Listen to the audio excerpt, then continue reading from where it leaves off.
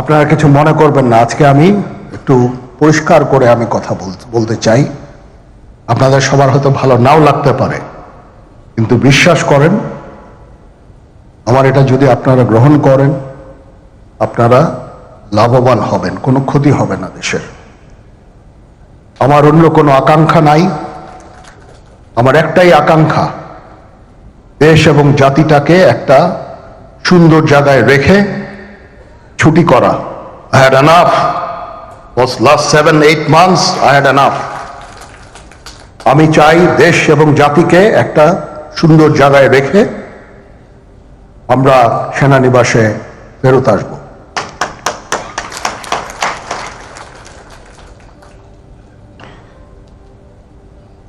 আরেকটা জরুরি বিষয় যেটা আমি ভাবলাম যে আপনাদের সাথে আমি শেয়ার করি।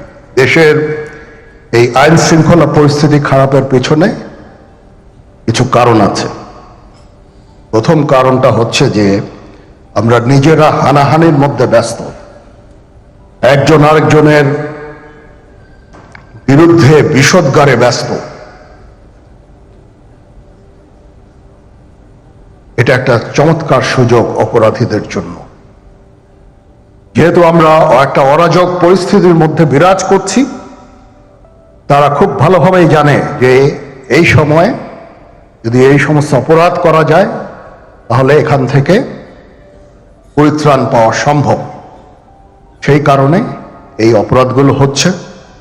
আমরা যদি সংগঠিত থাকি, একত্রিত থাকি, তাহলে অবশ্যই এটা সম্মিলিতভাবে মোকাবেলা করা সম্ভব হবে। Police, RAB, BGB, TGFI, NSI এগুলো দেশের জন্য অত্যন্ত গুরুত্বপূর্ণ কাজ করেছে অতীতে। খারাপ কাজের সাথে অসংখ্য ভালো কাজ করেছে। আজকে যে দেশের স্থিতিশীলতা, দেশটাকে যে এত বছর স্থিতিশীল রাখা হয়েছে, এটার কারণ হচ্ছে এই সশস্ত্র বাহিনীর বহু সেনা সদস্য, সিভিলিয়ান সবাই মিলে এই অর্গানাইজেশনগুলোকে, অসামরিক সামরিক সবাই মিলে এই অর্গানাইজেশনগুলোকে এফেক্টিভ রেখেছে। সেই জন্য আজকে সুন্দর, এতদিন ধরে আমরা একটা সুন্দর পরিবেশ পেয়েছি। এর মধ্যে যারা কাজ করেছে, যদি অপরাধ করে থাকে সেটার শাস্তি হবে, অবশ্যই শাস্তি হতে হবে, না হলে এই জিনিস আবার ঘটবে। আমরা সেটাকে বন্ধ করতে চাই চিরতরে, কিন্তু তার আগে মনে রাখতে হবে আমরা এমনভাবে কাজটা করব এই সমস্ত অর্গানাইজেশনগুলো যেন আন্ডারমাইন না হয়। আজকে পুলিশ সদস্য কাজ করছে না, এটা বিশাল বড় কারণ হচ্ছে অনেকের বিরুদ্ধে মামলা, অনেকে জেলে। RAB, BGB, DGFI, NSI panicked. বিভিন্ন দোষারোপ, গুম খুন ইত্যাদি তদন্ত চলছে। অবশ্যই তদন্ত হবে, দোষীদের বিচারের আওতায় আনতে হবে। এমনভাবে কাজটা করতে হবে যেন এই অর্গানাইজেশনগুলো আন্ডারমাইন না হয়। এই অর্গানাইজেশনগুলোকে যদি আন্ডারমাইন করে আপনারা মনে করেন যে দেশের শান্তি শৃঙ্খলা বিরাজ করবে, সবাই শান্তিতে থাকবেন, সেটা হবে না, সেটা সম্ভব না। আমি আপনাদের পরিষ্কার করে বলে দিচ্ছি, এই দেশের শান্তি শৃঙ্খলা রক্ষার দায়িত্ব খালি সেনাবাহিনীর না। 2 লক্ষ পুলিশ আছে, বিজিবি আছে, র্যাব আছে, আনসার ভিডিপি আছে, আমার আছে হচ্ছে 30,000 সৈন্য। এদেরকে আমি এই যে একটা বিরাট ভয়েড, আমি এই 30,000 সৈন্য দিয়ে আমি কিভাবে এটা পূরণ করব?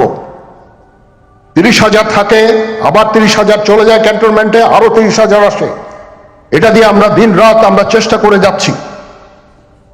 এখানে যে সমস্ত উচ্ছৃঙ্খল কাজ হয়েছে সেটা আমাদের নিজস্ব তৈরি, এটা আমাদের নিজস্ব ম্যানুফ্যাকচার, আমরা নিজস্ব এইগুলো তৈরি করেছি। এই বিপরীতমুখী কাজ করলে কেসে কখনো শান্তি শৃঙ্খলা আসবে না, এই জিনিসটা আপনাদের মনে রাখতে হবে। ভিশনের ফুলঝুরি মেগা অফারে ফ্রি কিনলেই পাচ্ছেন 16 পিসের আকর্ষণীয় গিফট বক্স একদম ফ্রি। আজকে একটা বেদনা বিধুর দিবস 2009 সালের 25শে ফেব্রুয়ারি আমরা এই 57 জন চৌকস সেনা অফিসার এবং শুধু তাই নয়, আমাদের কিছু কিছু পরিবারবর্গর সদস্যদের আমরা হারিয়েছি। এখানে আসার সময় এই ছবিগুলো আমি দেখছিলাম। এই ছবিগুলো আপনারা অনেকে ছবিতে দেখেছেন, কিন্তু এগুলো আমার সব চাক্ষুষ দেখা। আমি একটা চাক্ষুষ সাক্ষী এই সমস্ত বর্বরতার। একটা জিনিস আমাদের সবসময় মনে রাখতে হবে,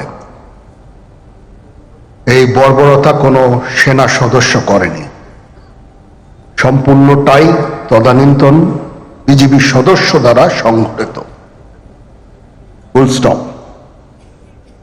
এখানে কোনো ইফ এবং বাট নাই। এখানে যদি ইফ এবং বাট আনেন, এই যে বিচারিক কার্যক্রম এতদিন ধরে হয়েছে, 16 বছর ধরে 17 বছর ধরে যারা জেলে আছে, যারা কনভিক্টেড, সেই বিচারিক প্রক্রিয়া ব্যাহত হবে। এই জিনিসটা আমাদের খুব পরিষ্কার করে মনে রাখা প্রয়োজন। এই বিচারিক প্রক্রিয়াকে নষ্ট করবেন না। যে সমস্ত সদস্য শাস্তি পেয়েছে তারা শাস্তি পাওয়ার যোগ্য। এখানে কোনো রাজনৈতিক নেতৃবৃন্দ এর মধ্যে উপস্থিত ছিল কিনা, ইনভলভ ছিল কিনা, বাইরের কোনো শক্তি এর মধ্যে ইনভলভ ছিল কিনা, সেটার জন্য কমিশন করা হয়েছে। কমিশনের চেয়ারম্যান এখানে আছেন, উনি এটা বের করবেন এবং আপনাদের জানাবেন। বটম লাইন হচ্ছে যে এই সমস্ত আমাদের এই চৌকস সেনা সদস্য যারা প্রাণ হারিয়েছেন, তারা প্রাণ হারিয়েছেন তদানীন্তন বিডিআর সদস্যদের গুলিতে। আমরা নিজেরা এই সমস্ত জিনিস নিয়ে অনেক ভিন্ন মত পোষণ করছি। কেউ কেউ এই জিনিসটাকে ভিন্ন খাতে প্রবাহিত করার চেষ্টা করছি। সেটা আমাদের জন্য মঙ্গলজনক হবে না। আজকে যদি আমার যে উপদেশ আমি কিছু দিয়ে যাব, সেটা যদি আপনারা গ্রহণ করেন, আপনারা লাভবান হবেন, আমি এটা আপনাদের নিশ্চিত করছি। আমরা নিজেরা ভেদাভেদ সৃষ্টি না করি, আমরা নিজেরা ইউনাইটেড থাকি। আমাদের মধ্যে যদি কোনো সমস্যা থেকে থাকে, কোনো ব্যত্যয় থেকে থাকে, কোনো গ্রিভান্সেস থেকে থাকে, সেটা আমরা আলোচনার মাধ্যমে সমাধান করব। এটার জন্য ডানে বায়ে দৌড়িয়ে কোনো লাভ হবে না, নিজের ক্ষতি ছাড়া কোনো লাভ হবে না। আমি আপনাদের এই জিনিসটা নিশ্চিত করে দিচ্ছি। কিছু কিছু সদস্যদের দাবি যে তারা 2009 সাল থেকে আজ পর্যন্ত বিভিন্ন শাস্তি পেয়েছেন। কেউ কেউ দায়ী করছেন যে তারা অযাচিতভাবে শাস্তি পেয়েছেন। এটার জন্য আমি একটা বোর্ড করে দিয়েছি, একজন লেফটেন্যান্ট জেনারেল সেই বোর্ডের সদস্য। প্রথম ফেজে 51 জন সদস্যর ব্যাপারে আমার কাছে রিকমেন্ডেশন নিয়ে এসেছে। তার রিকমেন্ডেশনের অধিকাংশই আমি গ্রহণ করেছি এবং আরো বেশি আমি দিয়েছি। নেভি এয়ারফোর্সও তাদের এই কার্যক্রম চালিয়ে যাচ্ছে। আমার স্ট্যান্ড পয়েন্ট হচ্ছে, যদি কেউ অপরাধ করে থাকে সেটার জন্য কোনো ছাড় হবে না, বিন্দু মাত্র ছাড় নাই। আমি আপনাদের পরিষ্কার করে দিচ্ছি, it is a discipline force. Discipline ফোর্সকে ডিসিপ্লিন থাকতে দেন। আজকে এই যে দেশের ক্রান্তি লগ্নে সমস্ত বাহিনী, সমস্ত অর্গানাইজেশন বিপর্যস্ত হয়ে পড়েছে। খালি সেনাবাহিনী টিকে আছে, বিমান বাহিনী টিকে আছে, নৌবাহিনী টিকে আছে। কেন? Because of discipline. তারপরেও আমি আমার অফিসারকে আদেশ দিয়েছি, যদি সামান্যতম কোনো সন্দেহের অবকাশ থাকে, কোনো কার বিরুদ্ধে যেই অ্যাকশন না হয়েছে, অপরাধী কিনা যদি সামান্য কোনো সন্দেহের অবকাশ থাকে, সেটা তাদের ফেভারে যাবে। এটা হচ্ছে আমার ঢালাও নির্দেশ, সেই হিসাবে বিভিন্ন প্রস্তাব আমার কাছে এসেছে। কোন কোন প্রস্তাবে আমি আরো আমার নিজে থেকে যোগ করে আরো বেশি আমি দিয়েছি। এভাবে পর্যায়ক্রমে অফিসাররা অ্যাপিয়ার করবে, আসবে, এবং তাদের এই জিনিসগুলো আমরা দেখব। দেখে যদি মনে হয় যে তাদেরকে করার অবকাশ আছে কিছু, অবশ্যই আমরা করব। এটা ন্যায় নীতিতে আমরা প্রতিষ্ঠিত থাকব ইনশাআল্লাহ। আপনারা কিছু মনে করবেন না, আজকে আমি একটু পরিষ্কার করে আমি কথা বলতে চাই। আপনাদের সবার হয়তো ভালো নাও লাগতে পারে, কিন্তু বিশ্বাস করেন, আমার এটা যদি আপনারা গ্রহণ করেন, আপনারা লাভবান হবেন, কোনো ক্ষতি হবে না দেশের। আমার অন্য কোনো আকাঙ্ক্ষা নাই। আমার একটাই আকাঙ্ক্ষা, দেশ এবং জাতিটাকে একটা সুন্দর জায়গায় রেখে ছুটি করা। I had enough. Was last 7-8 months I had enough. আমি চাই দেশ এবং জাতিকে একটা সুন্দর জায়গায় রেখে আমরা সেনানিবাসে ফেরত আসব।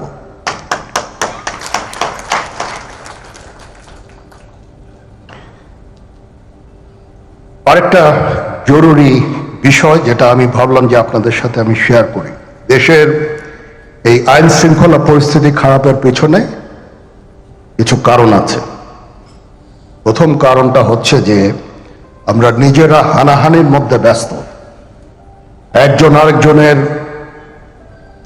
বিরুদ্ধে বিষোদ্গারে ব্যস্ত। এটা একটা চমৎকার সুযোগ অপরাধীদের জন্য।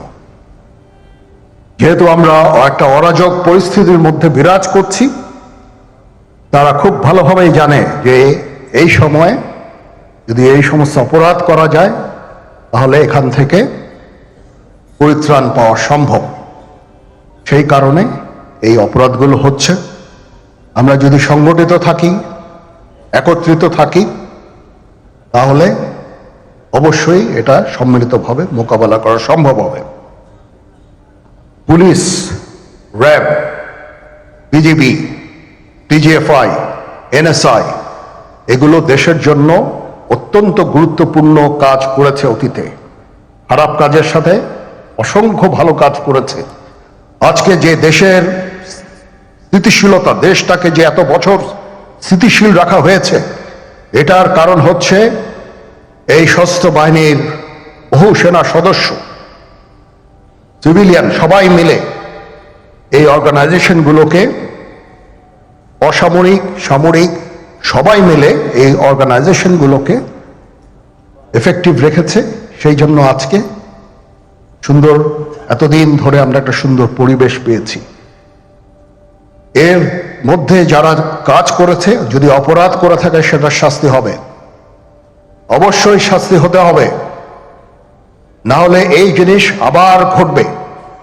আমরা সেটাকে বন্ধ করতে চাই চিরতরে, কিন্তু তার আগে মনে রাখতে হবে আমরা এমনভাবে কাজটা করব এই সমস্ত অর্গানাইজেশনগুলো যেন আন্ডারমাইন না হয়। আজকে পুলিশ সদস্য কাজ করছে না, এটা বিশাল বড় কারণ হচ্ছে অনেকের বিরুদ্ধে মামলা, অনেকে জেলে। RAB, BGB, DGFI, NSI panicked. বিভিন্ন দোষারোপ, গুম, খুন ইত্যাদি তদন্ত চলছে। অবশ্যই তদন্ত হবে, দোষীদের বিচারের আওতায় আনতে হবে। এমনভাবে কাজটা করতে হবে যেন এই অর্গানাইজেশনগুলো আন্ডারমাইন না হয়। এই অর্গানাইজেশনগুলোকে যদি আন্ডারমাইন করে আপনারা মনে করেন যে দেশে শান্তি শৃঙ্খলা বিরাজ করবে, সবাই শান্তিতে থাকবেন, সেটা হবে না, সেটা সম্ভব না। আমি আপনাদের পরিষ্কার করে বলে দিচ্ছি,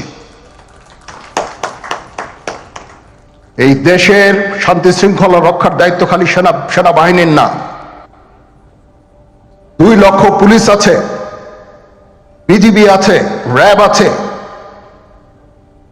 আনসার ভিডিপি আছে, আমার আছে হচ্ছে 30,000 সৈন্য। এদেরকে আমি এই যে একটা বিরাট ভয়েড, আমি এই 30,000 সৈন্য দিয়ে আমি কিভাবে এটা পূরণ করব? 30,000 থাকে, আবার 30,000 চলে যায় ক্যান্টনমেন্টে, আরো 30,000 আসে। এটা দিয়ে আমরা দিন রাত আমরা চেষ্টা করে যাচ্ছি। এখানে যে সমস্ত উচ্ছৃঙ্খল কাজ হয়েছে সেটা আমাদের নিজস্ব তৈরি, এটা আমাদের নিজস্ব ম্যানুফ্যাকচার, আমরা নিজস্ব এইগুলো তৈরি করেছি। এই বিপরীতমুখী কাজ করলে এসে কখনো শান্তি শৃঙ্খলা আসবে না, এই জিনিসটা আপনাদের মনে রাখতে হবে।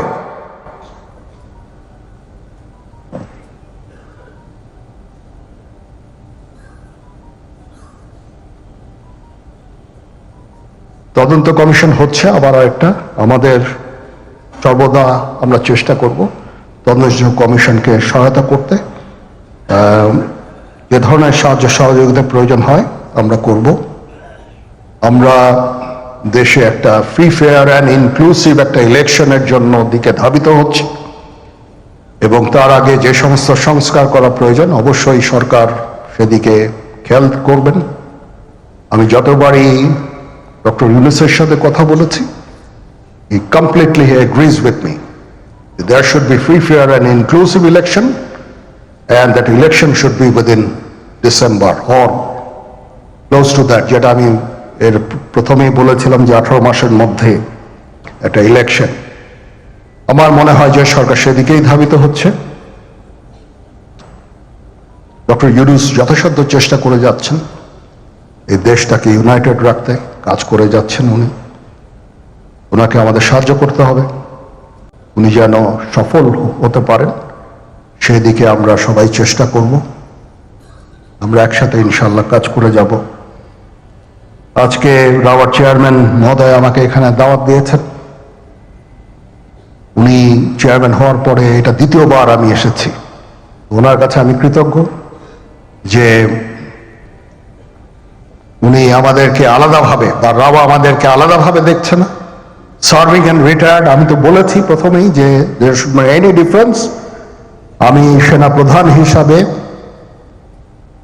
সার্ভিংদের প্রতি আমার যেই দায়িত্ব, রিটায়ার্ডদের প্রতি এই দায়িত্বের একই দায়িত্ব, সামান্যতম কম বেশি না। সেই চেষ্টা আমি করে যাচ্ছি আমাদের লিমিটেড রিসোর্সের মধ্যে। আমরা হেলথ কেয়ারের উপরে বেশ কিছু কাজ করছি, নিজস্ব কিছু মেডিকেল হসপিটাল করার চেষ্টা করছি, ক্লিনিক করার চেষ্টা করছি, এবং আপনারা আস্তে আস্তে এগুলোর ফল ইনশাল্লাহ পাবেন। আসেন আমরা নিজেদের মধ্যে মারামারি কাটাকাটি না করে আমরা উই ইউনাইট আওয়ারসেলভস, দেশ জাতি যেন একসাথে থাকতে পারি সেদিকে আমাদের কাজ করতে হবে। আমাদের মধ্যে মতের বিরোধ থাকতে পারে, চিন্তা চেতনার বিরোধ থাকতে পারে, কিন্তু দিন শেষে যেন আমরা সবাই দেশ এবং জাতির দিকে খেয়াল করে আমরা যেন এক থাকতে পারি। তাহলে এই দেশটা উন্নত হবে, এই দেশটা সঠিক পথে পরিচালিত হবে। না হলে আমরা আরো সমস্যার মধ্যে পড়তে যাব। বিশ্বাস করেন, we don't want to head, ওইদিকে আমরা যেতে চাই না। আমি আপনাদের সতর্ক করে দিচ্ছি, পরে বলবেন যে আমি সতর্ক করিনি, আমি আপনাদের সতর্ক করে দিচ্ছি। আপনারা যদি নিজেদের মধ্যে ভেদাভেদ ভুলে একসাথে কাজ না করতে পারেন, নিজেরা যদি কাদা ছোড়াছুড়ি করেন, মারামারি কাটাকাটি করেন, এই দেশ এবং জাতির স্বাধীনতা সার্বভৌমত্ব বিপন্ন হবে। আমি আজকে বলে দিলাম, নাইলে আপনারা বলবেন যে আমি আপনাদের সতর্ক করিনি। আমি সতর্ক করে দিচ্ছি আপনাদের। এই দেশ আমাদের সবার, আমরা সবাই সুখে শান্তিতে থাকতে চাই।